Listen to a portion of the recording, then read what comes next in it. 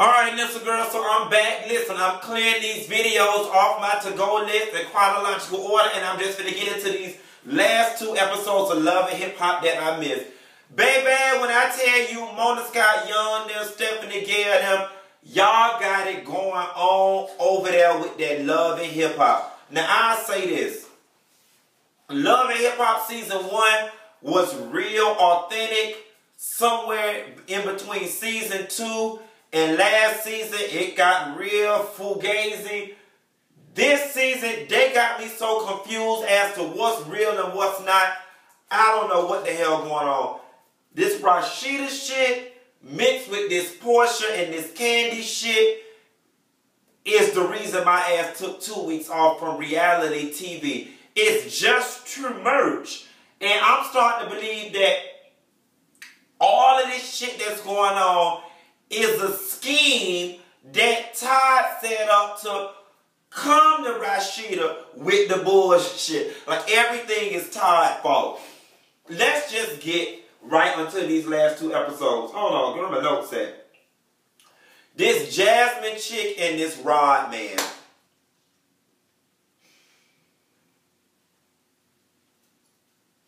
Either this girl slow as all fuck or she can't read. I'm going to tell y'all the #1 thing that give away the fake scenes in Love and Hip Hop, or the scenes that the producers put together, is their confessionals. It looks, they come off like the people are not even speaking in their normal speech pattern. You can tell they're reading a teleprompter or regurgitating somebody said, because it comes off like this. Mimi says that I'm a bad guy. But me and Mimi, we dated 5 years ago. And when things left off with us, it was all good. But now I'm going to go down to Melissa's place and I'm going to have a conversation with me. Like, that's how it comes off. But any other time, you just talking, any other night, you just talking like this. And let me do my Jasmine. Kirk says he doesn't know who I am. But he knows this is his baby. And everybody's talking about Rasheeda's child. But like, who talk like that? Any other night, you be going in like this saying, Kirk know this. You know what I'm saying? Like, just the speeches off. So, Mona, Stephanie, Stephen, Jesus, Methuselah, whomever. Like, y'all take heed to some of this shit. I mean, unless the regular viewers just don't care about it and they just want any old little thing to transition the scenes together. I don't know. It's just me. Another scene that drove me crazy. Like, listen, I get the whole reality TV model now. You get on and put your family on. That scene with Tommie and her mama was so goddamn fake. First and foremost, Tommie, listen. Before you invite these people over here to your house to shoot you in your house with your fucked up ass family, bitch, pick a struggle. Your house and your family can't be fucked up. Her mama was sitting there with her feet in the seat, but bitch, they barely had a seat for the bitch to sit in. Where in the dog fuck was the rest of the furniture? Where was the rug? Where was the picture? Bitch, most people when they move into their house and they just have their sofa, they at least have a pack of plastic cups and plastic plates to get them through the night. Because everybody know you order Chinese or you order Pizza Hut or you go to eat and you bring your to-go food home with you on night #1 when they just turned your lights on because you ain't got nothing. Girl, I mean, they literally must have just got that key 10 minutes before the camera showed up because bitch, she didn't have, that girl didn't have a piece of bubble wrap laying around in that goddamn house. Like, girl, I know I used to get on Mimi Faust for not having no damn furniture, but Tommy, your ass must have been in jail during all my other reviews because you would know the first thing we go for, girl, is the girl's furniture. And then that scene with your mama, everybody want to be on TV so bad with this bad-ass acting. And I'm sorry. I understand you and your mama have issues, Tommy, but I'm going back to my whole mantra this year of social responsibility. Some things don't need to be seen on TV. You cussing your mama out just don't need to be seen on TV. Been there, done it. We saw it with Keisha Cole and Neffy, and at least it was genuine and for real over there. This shit was some orchestrated shit. And for your mama to not have even been in your life the way you play, that ain't even your mama. That's your homegirl. You got plenty of homegirls on here to argue with, so we don't need to see her. Bitch, is it me? Or Momma Dee got booked in this new Power Ranger movie? Baby, when she did that shuffle step, ball change, double cha-cha in the middle of the street downtown, singing that damn song in that order, honey, I damn near hit the ground. Get it? Listen, I don't care what they say about Momma Dee. I'm going to tell you why I like Momma Dee. Momma Dee is the only one on this cast that got this shit right. No matter how crazy her scenes may be, Momma Dee having fun. And I think the people resonate with her spirit because it's fun, it's authentic. She just having a good old time. That shit is hilarious. Now, I hate that her and Ernest going through what they're going through, because Ernest is a fine man. But you know what? He having a hard time, Lord. He having a hard time. First, he was having a hard time finding a job. Now, he having a hard time working the job because his health is bad. I don't know. The way Momma Dee be talking to Ernest, first of all, Momma Dee and Ernest's mama look like they could have went to high school together, quiet as his Kirk. Hey, Deaconess Ernest, mammy, let me get off this lady mama. And let's get down to the nitty gritty. Rasheeda and Kirk. I'm going to start out by saying this. Karlie Redd is the Sheree Whitfield of Love and Hip Hop Atlanta.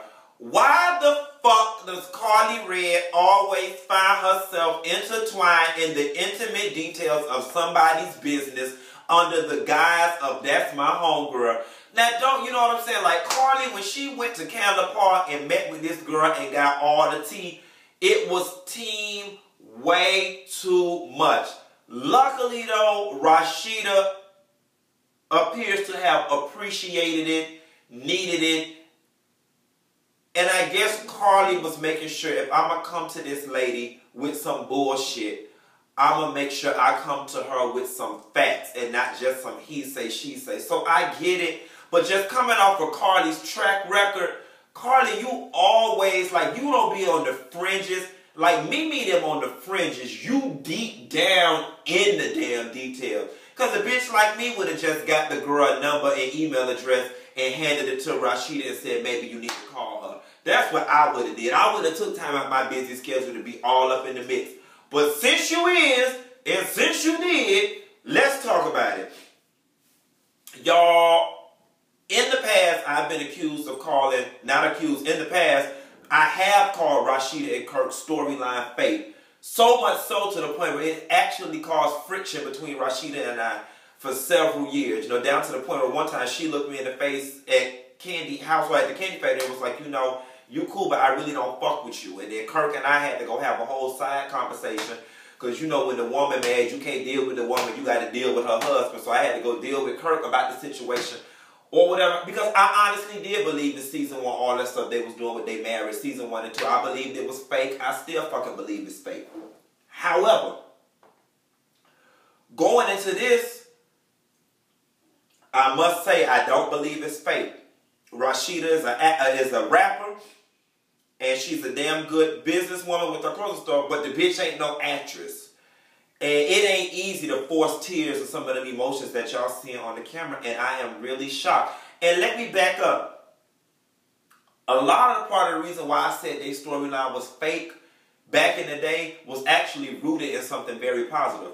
When Kirk and Rasheeda walk in the room, you can feel the love radiating off of them. They're like, oh my God, the young couple that everybody wants to be like. So when I saw them on TV going through these problems, I'm like, not the two love bugs that you always see at all the events. That was the main reason why I called this shit fake.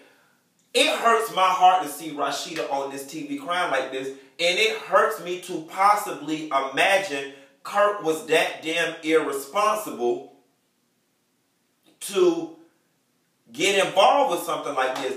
But then when my mind goes left is that Rod in the bed with Jasmine, but then Kiana say she was also with Kirk too. It's just too much. It's too merch. Oh God, and y'all, as I get really ready to embark upon my own reality TV ventures, cash. It ain't even no cash. I'm on a reality TV show, y'all, that'll be out in a couple months. You know, with some characters that y'all are going to holler when y'all. It's gonna be some good shit when y'all find out who is on the cast of this show. I finally gave in. I got 2 big surprises for y'all. That's one of them. So y'all been asking me, you know, when is Dineva gonna get a show? Dineva got a show. That's also been a large part of my absence, dealing with that. But as I embark upon season 1 of my own journey, I ask myself, you know, Q, what's your price? Because I don't give a good fuck what anybody say. Everybody got their price.